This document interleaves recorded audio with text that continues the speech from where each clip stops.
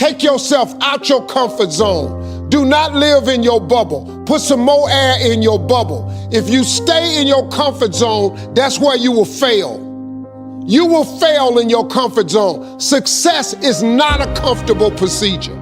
It is a very uncomfortable thing to attempt. So you got to get comfortable being uncomfortable if you ever want to be successful. Most of us, we live in a box and we don't want to go outside that box. Outside that box is all these possibilities of life. What we do is we shackle our mind. We are a prisoner in our own mind that this is all I can do. This is all I'm good at. And we take away the possibilities of you could be this, you could be that, you could be all these things. And I never thought at 300 pounds I could be next year. That's how I live my life. I now know that there is no cap on the human mind. There's no cap. We cap it ourselves. When you have fear, that's a good sign. Nothing grows in the comfort zone. Remember that, folks. Nothing. The more comfortable you are, the more you're probably not growing. There's consequences that you pay to constantly seeking comfort and avoiding discomfort and avoiding hard work. And those consequences are you're never going to feel self-realized, you're never going to feel like you accomplished anything, you're never going to have this feeling of understanding that difficulty and struggle and the ability to push through that is a muscle, and you develop that muscle by doing it. And once you do, you develop a lot of self-satisfaction, and you develop peace of mind, and you understand that you can overcome obstacles. If you don't have to overcome obstacles, you never know whether or not you can. Imagine that if you were to go a mile or less, you would walk it. Paradoxically, you would go 2 miles quicker than you would go 1 mile. And if you were to go more than a mile, you would drive it. So for instance, the friend that should leave his job, but it's just about passable, his boss isn't that much of a dick. The person that stays in an apartment that's got some mold on the ceiling, but it's not too much mold and whatever.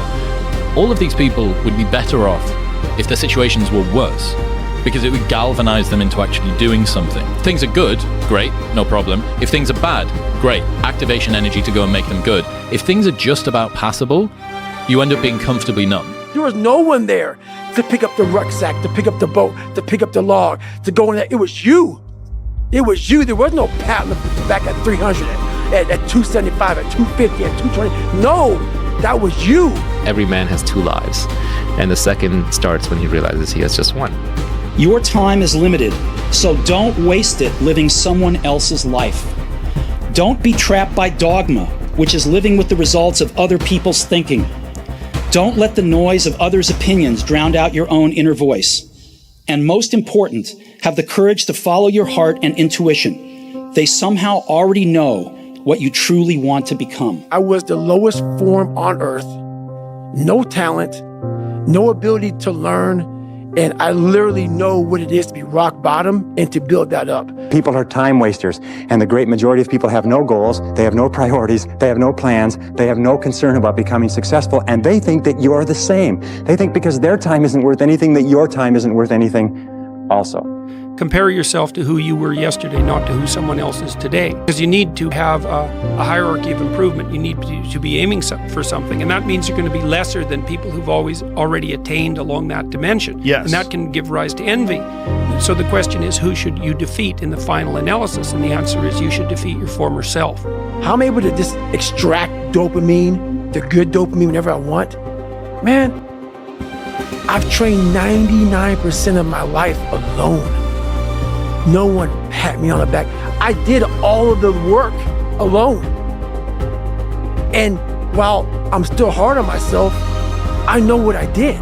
Like, well, personal responsibility is to compete with yourself, is to be slightly better than yourself the next day. Yes. And it better in some way that you can actually manage, and that's humility. It's right, like, well, I'm a flawed person, and I've got all my problems. Could I be as good as person X? It's like not the right question. The right question is, could you be slightly better tomorrow than your currently flawed self? And the answer to that is, if you have enough humility to set the bar properly low, then you could be better tomorrow than you are today. It's easy to fight when everything's right, when you're mad with the thrill and the glory. It's easy to cheer when victory is near and wallow in fields that are gory. It's a different song when everything's wrong, when you're feeling infernally mortal, when it's 10 against 1 and hope there is none. Buck up, little soldier, and chortle. Carry on, there isn't much punch and your blow. You're glaring and staring and hitting out blinds. You're muddy and bloody, but never you mind. Carry on, carry on. You haven't the ghost of a show. It's looking like death, but while you've a breath, carry on, my son. Carry on. So many lives would transform overnight if they realized my life sucks, I have nothing going for me, really means I have nothing to lose, and that makes you a very dangerous person. Well, why? It's dangerous out there. Yeah, no kidding. It's more dangerous here if you stay with me by a lot. So you might lose your body out there in the world, but if you stay here, you lose your soul. Every day when you get out of bed, life's standing right there to kick you in the face, man. And you have to be ready for it, and you got to deal with it. You can't curl up into a ball. You can't run away from it. You can't hide. You have to take all this shit head on.